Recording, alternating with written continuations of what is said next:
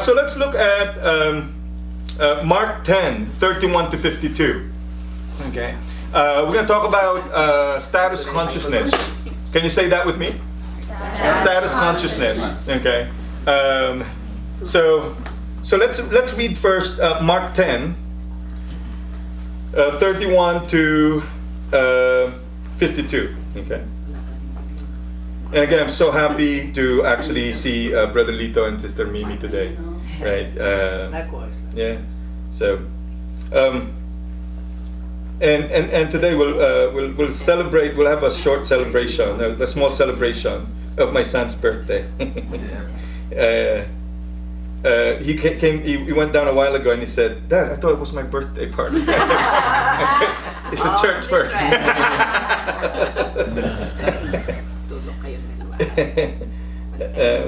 So let's look at this. So let me read Mark 10, 31 to 52. Okay. Okay. So 31. Sorry. So 31 says. Wait, what happened? Wait.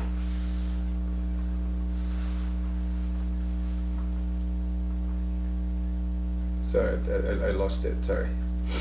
We'll do this again. Okay. 31. So it says, but many who are first will be last, and the last will be first. 32. They were on the road going up to Jerusalem, and Jesus was walking ahead of them. They were amazed, and those who followed were afraid. He took the 12 aside again and began to tell them what was to happen to him, saying, "See, we are going up to Jerusalem, and the Son of Man will be handed over to the chief priests and the scribes, and they will condemn him to death. Then they will hand him over to the Gentiles. They will mock him and spit upon him and flog him and kill him, and after 3 days he will rise again." Verse 35. James and John, the sons of Zebedee, came forward to him and said to him, "Teacher, we want you to do for us whatever we ask of you." And he said to them, "What is it you want to do for you? What is it you want me to do for you?" And they said to him, "Grant us to sit one at your right hand and one at your left in your glory." But Jesus said to them, "You do not know what you are asking. Are you able to drink the cup that I drink, or be baptized with the baptism that I am baptized with?" They replied, "We are able." Then Jesus said to them, "The cup that I drink you will drink, and with the baptism with which I am baptized you will be baptized. But to sit at my right hand or at my left hand is not mine to grant, but it is for those for whom it has been prepared." When the 10 heard this, they began to be angry with James and John. So Jesus called them and said to them, "You know that among the Gentiles, those whom they recognize as their rulers lord it over them, and their great ones are tyrants over them. But it is not so among you, but whoever wishes to become great among you must be your servant, and whoever wishes to be first among you must be slave of all. For the Son of Man came not to be served, but to serve, and to give his life a ransom for many." Verse 46, this is the last set of verses. They came to Jericho, and he and his disciples and a large crowd were leaving Jericho. Bartimaeus, son of Timaeus, a blind beggar, was sitting on the roadside, by the roadside.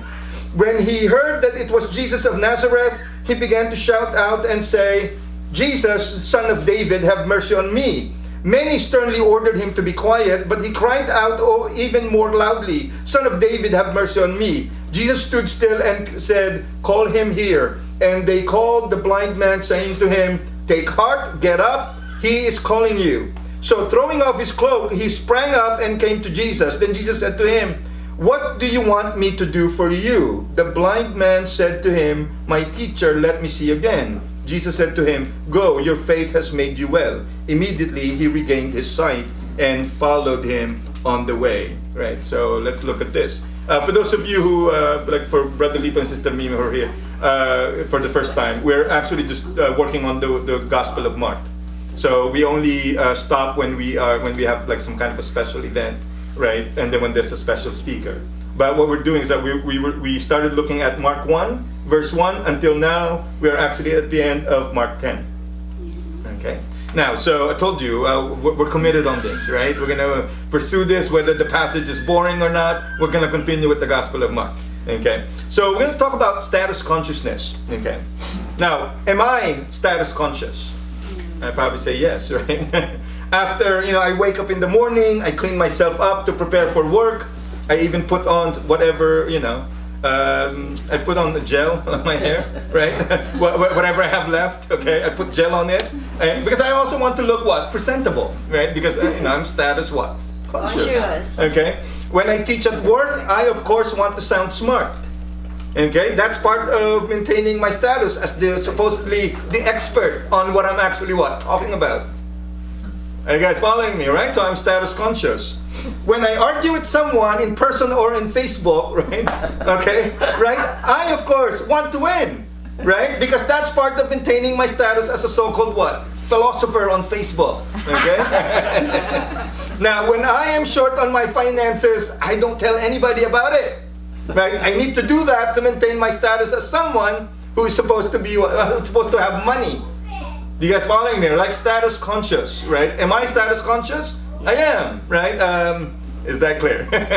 Right? Now, so one thing you have to realize about status consciousness is that it is actually pervasive. Do you guys follow? Does that make sense? Status consciousness is what? Pervasive. It's actually, you see this, permeating, right? Every single aspect of the lives of different people. Okay? In a way, one's main enemy is actually one's own self. If you're looking for, who really is your enemy, your real enemy is actually what? Yourself. Yourself, okay? As humans, we all have, our natural proclivities. There are certain things that we just naturally do, okay? But our natural proclivities, for the most part, aim at the gratification of our own what? Self-serving desires. We desire to be recognized. We desire to for people to pay attention to us. Do you guys following me here, right? You want people to respect you, right? So the more we overcome such inclinations or such proclivities, the freer we are. Do you guys notice that? The more free we are when we actually what? Overcome the self-serving desires. The more we succumb to such proclivities, to such inclinations, the more enslaved we are to the demands of our own what? Nature. Our nature tells us, I want to get attention for myself, right? When you actually what? Put a stop to that, then you have more control. You become more what? Free. Because your greatest enemy is actually what? Yourself. Yourself. My greatest enemy is myself. So freedom partly has to do with our ability to overcome the demands of our natural tendencies. Our natural tendencies is to be lustful, so you put an end to that. Or you prevent yourself from acting on those lusts. I hope I'm making sense here, right? When you do that, then you have what? Control over yourself. Now you have a natural tendency for greed or to be greedy. Once you prevent yourself from actually behaving greedily, right? Then you become more free. I hope you guys are following me here. Right? So you have a natural tendency to be conscious of your own status. When you prevent yourself from being that way, then you become more what? You become more free. I hope you guys are following me here. Naturalness indicates some kind of pervasiveness. Right? This is not just my struggle, this is the struggle of what? Of everyone. All of us actually struggle with that. Status consciousness or consciousness of our own status in relation to others is surely one of the things that motivate us to do what we do. Let's just face it, right? All of us actually suffer from this. All of us are ensnared or trapped inside our embodied existence that makes us naturally prone to be concerned about our own what? Statuses. This is who we are. And it's just part of our nature. That's why I start by actually pointing out that I am also what? Status conscious. Okay, because that's just what we naturally do. There are times that I might be greedy, but because that's just a natural what? Natural tendency that we have. Okay. Now, so status consciousness is pervasive. Okay.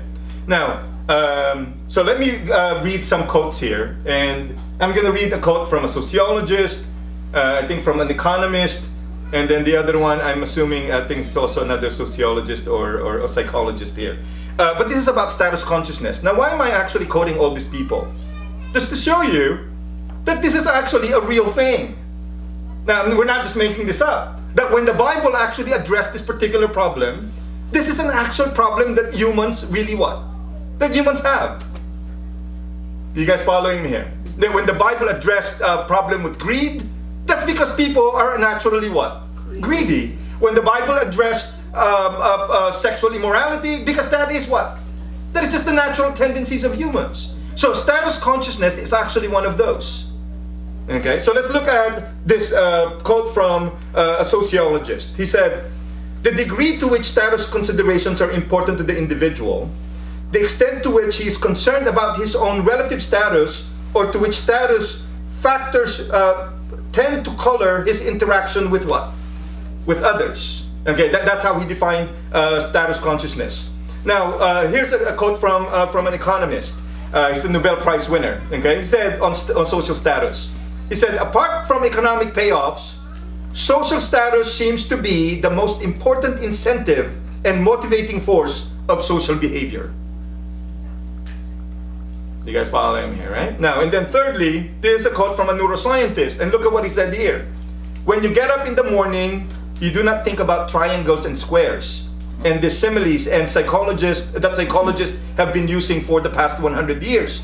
You think about status. You think about where you are in relation to your peers." Do you guys following me? So it's not just me who's claiming that there's something pervasive about what?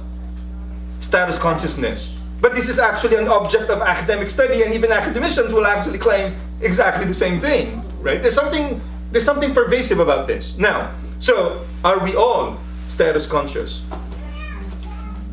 Are we all status conscious? Yeah? Especially our basketball players, right? Yeah. When you want to do well, right? You know, that's because you want it to be recognized as the best, okay?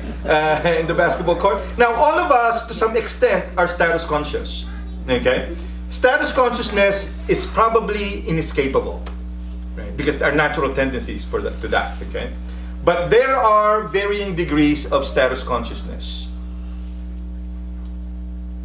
Can I say that again, right? There are varying degrees of what?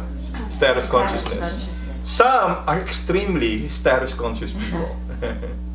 Probably we are not extreme, I'm assuming most of us here are not, right? Extremely, right? Or probably all of us here are not extremely status conscious people.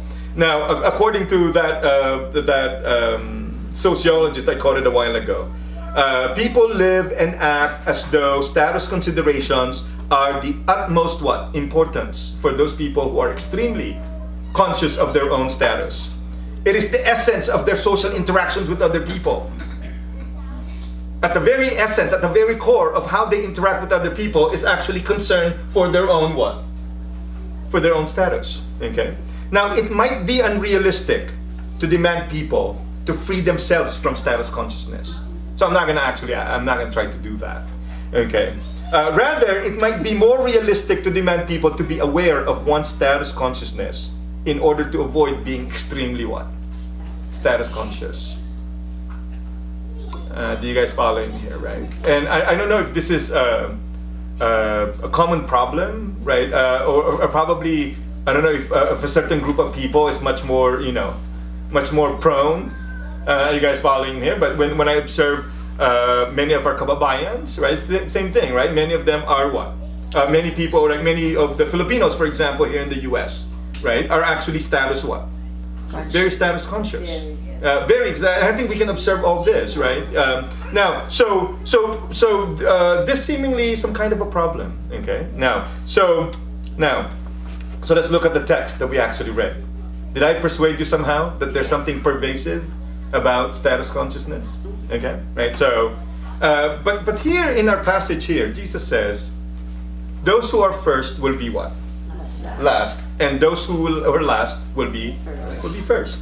Okay? So when last is first and first is what? Last. Now, Jesus' claim in verse 31, right, already sets the theme for the succeeding verses here. This is about what? People wanting to be ahead of everybody. Wanting to be first. Now, the worldly way of thinking is something like this.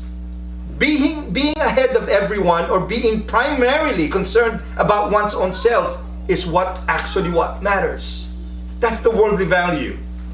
Yes. I hope you guys are following me here. Right? That's the natural way of thinking, right? Being ahead of what? Everyone. Being ahead of everyone. Now, it's not just us who are, even billionaires, right? Actually, are seemingly doing something very similar, right? They always want to be ahead of what? Of everyone. Even if they already have $50 billion, they want more. They want 70, right? If you already have 70, you want 100. Do you guys following me? You want to be ahead of everyone, right? That's the value of the world. While being last in relation to everyone, or being primarily concerned about others, should be avoided at all what? At all cost, right? That's what we try to do. However, in the kingdom way of thinking, or the unnatural way of thinking, this is the Jesus way of thinking. Being last in relation to everyone, or being primarily concerned about others, is a precondition for what? For God's favor. Jesus understands the problem here, right? And he's actually trying to turn the value of the world, right, upside down. I hope you guys are following me here. And I hope we actually recognize that, right? So for Jesus, being last in relation to everyone is a precondition for what? For God's favor. Being last, okay? Right? While being ahead of everyone, or being primarily concerned about one's own self, is a precondition for a self-centered life. Now, you know that Christianity, just like all the other religions, aim at one. There's a common aim among many different religions, and that is to rescue ourselves from our own what? From our own selves. Because ultimately, our main enemy is really what? Ourselves. Is really ourselves, right? Why are we greedy, right? Because we're worrying about our status in some sense, right? In some sense, okay? Right, now, is that clear? Okay, now, so, other-centered life and the good life. Now, there are actually some studies in the sciences that show that there is actually a connection between what? Being other-centered rather than being me-centered, right?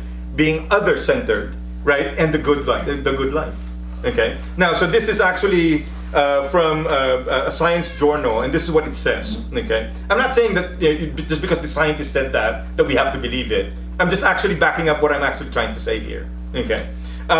So it says, a strong correlation exists between the well-being, happiness, health, and longevity of people, right, who are emotionally and behaviorally what? Compassionate, right? So long as they are not overwhelmed by what? By helping tasks. Right? Now, so it looks like there's some kind of a correlation between what? Being other-centered and having a good life. I hope you guys are following me here. It looks like there's some kind of correlation here. Jesus already understood one of the secrets of a good life. What is the secret of a good life? At least some degree of selflessness. I didn't ask you. I didn't say to be purely selfless. Right? I didn't say that because I think that would be an unrealistic demand. But do you guys see what I'm trying to point out here? I'm just being realistic here. But I think Jesus understood, right, that the secret of a good life is at least some degree of what? Selflessness. At least some degree of what? Selflessness. Now, the more we are conscious of our own status, the less selfless we become. The more we are conscious, right, of our own what? Status, the less selfless we become. Do you guys follow what I'm pointing out here? Now, so another thing here. So let's look at Jesus being selfless. Now, if you actually read the passage that I read a while ago, you probably notice that there's something seemingly weird about the insertion of the story about Jesus foretelling his death and his resurrection. And you wonder, what is the function of this in the context of the entire text? Okay. Now here, what we find is this, okay? If you notice, this was actually the third time that actually Jesus said something about his future, that is about his coming death, about his imminent death and his imminent resurrection. Now, the retelling of Jesus' imminent death and resurrection for the third time in a different context tells us something about the stories in the gospel serving different function at different times. In this particular context, okay, the story has to do with stripping Jesus of any high status. The reason why Jesus was actually talking about his what? Imminent death and his imminent death and resurrection is because this is the story about Jesus being stripped of his what? High status. Remember, look at what Jesus actually said here. He said, I will be handed over to the chief priest and the scribes, that is actually what? His enemies. I will be condemned to die. I will be handed over to the Gentiles. I will be mocked. I will be spitted upon, right? I will be flogged, and I will be killed. Are you guys following me here? So the purpose of this story is to actually show that Jesus is the example of what? Selflessness. Someone who's actually stripped of his high what? Of his high status. Now, it is a prelude to what James and John would do in the next section of Mark 10. The fact that the story in verses 32 to 34 immediately preceded the story about James and John in verses 35 to 45 indicate two things that Mark wanted to convey. One, the lesson about selflessness and humility in the death and resurrection of Jesus. And then two, the fact that the disciples obliviously failed in understanding Jesus' prediction about his death and resurrection. Remember, I've been telling you, I told you before, that the disciples of Jesus were actually a bunch of idiots, right? Remember, in the beginning. Remember, I said that before. Yes. Do you guys remember me saying that? Yes. They were actually a bunch of idiots, right? The disciples, because they were not understanding what Jesus was actually what Jesus was telling them. Yes. Jesus was telling them about his death and resurrection, and the whole time they have no clue what is that thing about. I hope you guys are following me here. Right? Now, so let's look at this. Two disciples of Jesus, obviously, were actually known to be what? Status conscious. Now, who are these people? James and John. Okay? James and John were thinking about Jesus' earthly kingdom. They asked Jesus to give them the status of being the right-hand man and the left-hand man in the kingdom. Keep in mind that James and John were actually thinking about what? Themselves. And they thought that Jesus will become a king, a political king. Right? So they wanted to actually make sure that they actually have good what? Good positions. Yeah. Okay. Isn't that funny how these disciples, despite the fact that they've been with Jesus pretty much every day, that somehow they still were not able to overcome their what? Their natural proclivities to be status conscious. Are you guys following me here? And this is a problem, right? This is a problem. Now, like James and John, we all like positions of power. They are status boosters, right? Those positions of power. So here's the thing here, right? Scarce resources, okay? Only a few will actually lead. And there are conflicts of interest. Almost everyone wants to what? Wants to lead. Do you guys get the problem here? So we are doomed to be what? Perpetually in conflict. You see this even in churches, right? That's why even in churches, you know, churches are not immune from the impact of status-conscious people. Do you guys following me here? Like this recent news about pastors of mega churches who somehow failed, right? And according to some reports, some of them are really status conscious. That seems to be one of the problems here, right? So that's why Jesus wanted the disciples to recognize the dangers in our natural inclinations toward positions of power, right? In Jesus' kingdom, servanthood is the embodiment of what? Greatness. In Jesus' kingdom, servanthood is the embodiment of what? Greatness. We don't seem to think of it in that sense, but that is actually how Jesus actually was. That's Jesus' way of thinking. Okay. Let me point out a few things here. One is this: sacrifices precede positions of power. You cannot desire positions of power without making what? Sacrifices first. You want positions of power? You need to make what? Sacrifices. Jesus responded to James and John by asking them if they could participate in Jesus' sufferings and calling. Because remember, they said, "Hey, Jesus, can we be your right-hand man and your left-hand man?" And Jesus said, "Are you capable of drinking the cup that I'm about to drink?" What is he actually saying here? Are you capable of suffering are you capable of suffering the suffering that I am about to what? I'm about to go through. Okay. And he says, are you capable of having the baptism that I actually what? The baptism that I received. I'm assuming Jesus was talking about his calling. Are you capable of taking the calling that I actually what? That I actually have. Right? And then they said, yeah, we are capable of doing that. And then Jesus said, yeah, sometime in the future you will. Do you guys following me here? Right? Now, so James and John were already aiming for positions of power without counting the cost of fulfilling such ends. Yes. You know, we tend to do this, especially when we were younger. Right? We plan without counting what? The cost. Sometimes now that we're older, we do the same thing. But probably we're more experienced that we don't do that often, unlike when we were actually what? When we were actually young. Okay? We plan, but we never count the cost. That's the same thing here, right? With James and John. Immaturity of all sorts can make us set our goals without any sensitivity to the realisms in the process of achieving the goals. If you're immature, you set goals for yourself, right? And sometimes you become unrealistic. And because of you being unrealistic, you don't really what? You ended up not achieving the goal. Yes. Am I clear here so far? Right? Isn't that some kind of a problem that we have? Okay. Right. So sacrifices precede what? Positions of power. Now another point here. God appoints the people for the different positions in God's kingdom. God appoints what? The people. Now, you can't pressure God to appoint you to a particular position. Even if you have possessions, education, political powers.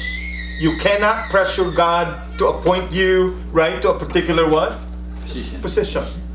You know, God is not like a Filipino politician.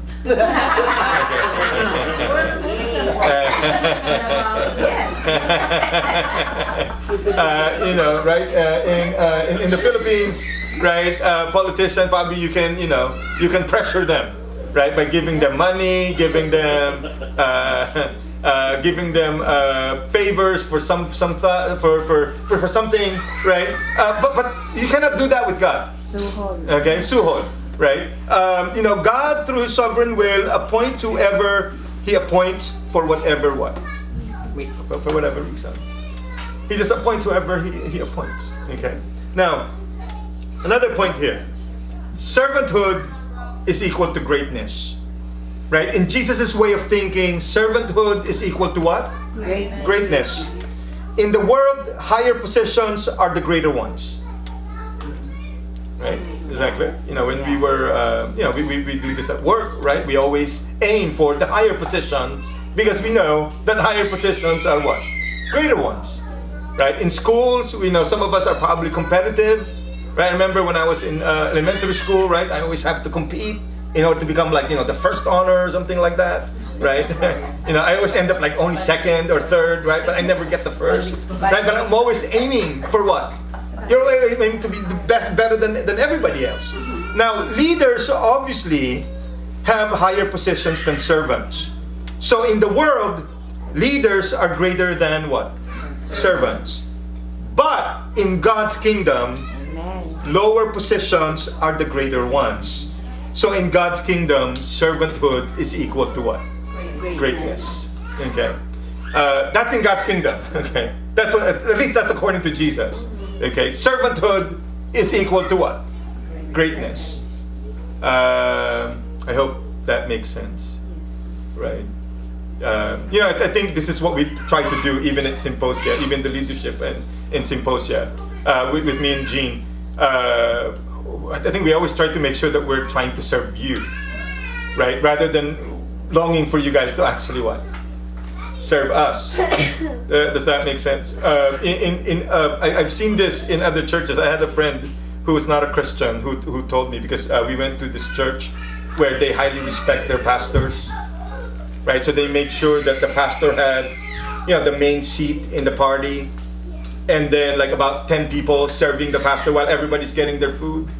Everybody, like about 10 people are like going to the pastor, giving him the thing, right? Whatever. And then some people were even like, fanning him, right? Because it was a little hot in the hall. And then one of my friends who's not a Christian actually asked me, "Is that really how people treat pastors?" I said, "I don't know." I said, "Probably just in their church." Okay. But not when the church that I attended. Okay. Now, but there are people who are like that. You guys following here, right? But servanthood is actually equal to what? Greatness in God's kingdom. Amen. Okay? Right? Now, one is this. Another thing is that we are called to serve one another. We are called to serve what? One another. Owners of for-profit businesses do not need to serve others. Okay? Service for others is merely a strategic means to gain what? Financial ends. If you're an owner of a for-profit business, right? You do serve customers, but you're doing that only as a means to what? To a separate end. Okay? Now, good customer service increases the chances for success. Yes. Competitiveness is essential for the survival of businesses. That's just the fact of life, right? But in God's kingdom, service is an end in itself. Service is what? An end. It's an end in itself. It is not a means to what? To an end. It's not a means to an end. When I serve you, I'm just serving you. That's it. Yes. Does that make sense? No. And this is what I admire about my wife. She will run around in the morning, right? Trying to clean up the house, and we will do the same thing, right? I never ask for anything what? Anything in return. Right? There was no agenda. No agenda. Right? I also have no agenda, right? So I will vacuum the floor in the morning, wake up early, vacuum the floor, right? Clean up a little bit, right?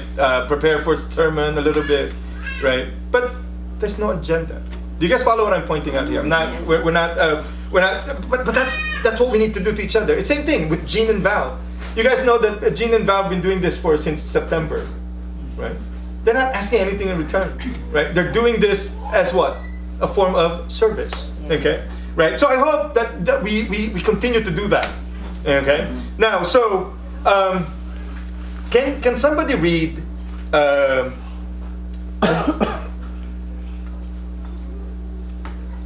You know what? We'll skip this part, and then let me just go to the last point. Okay.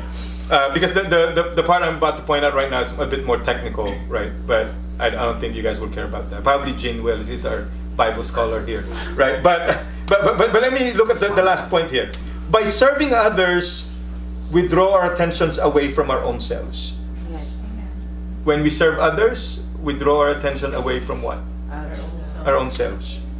We become concerned with the status of another rather than our own what? Status. I hope you guys are following me when I said that. By serving others, we draw our attentions away from our own selves. We become concerned with the status of another rather than our own what? Status. Rather than our own status. I hope that makes sense. Okay. Right? Now, what about Bartimaeus? And this is the last slide that we have for today. Or probably there's another one, but I think this is the last one. The fourth point is this. Bartimaeus, the blind beggar. The last who will be what? First. If you wonder what is the relation of this story with the story about James and John, there's a lot of relation here. In this story, it illustrates who is the last who ended up being what? first. Do you guys follow what I'm pointing out here? Yes. Imagine a blind beggar. Right? It symbolizes the least among us, right? The least in our understanding of the order of greatness. Who will actually consider a blind beggar great?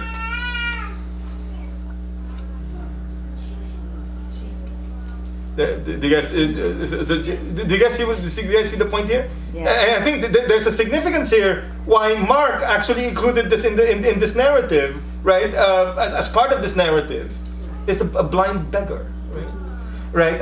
Imagine a homeless person who is at the same time blind, right? You might think a homeless person is useless. How much more if that homeless person is actually what? Blind. Right? Now, his request was immediately granted by Jesus, while the request of James and John was indirectly denied. Now, can somebody read verse 36? Can somebody read verse 36? Okay? Verse 36 says something like this. Okay? So it says, "And Jesus said to them, 'What is it you want me to do for you?'" Right? And then let's look at verse 51. And 51, here, Jesus is actually talking to the blind beggar. He asked him exactly the same what? Exactly the same question. It says, "Then Jesus said to him, 'What do you want me to do for you?'" If you imagine, Jesus did not give the two disciples what they were actually what? Requesting. But Jesus gave the blind beggar what he was actually what? Asking. I hope you guys are seeing the connection here. Okay? Now, keep this in mind, right? While status is a mere want, healing is a need. I hope you guys are following me here. Yeah. While one's concerned for one's status, like exemplified by James and John, that is just a mere want. Healing, that is in the case of Bartimaeus, right? That is actually what? A need. Jesus was concerned with what a person needs, Yes. not necessarily with what a person wants. I hope I hope you guys got that, right? Jesus was concerned with what a person what? Needs, not necessarily what a person wants. Okay? And I hope you guys learned something from that study.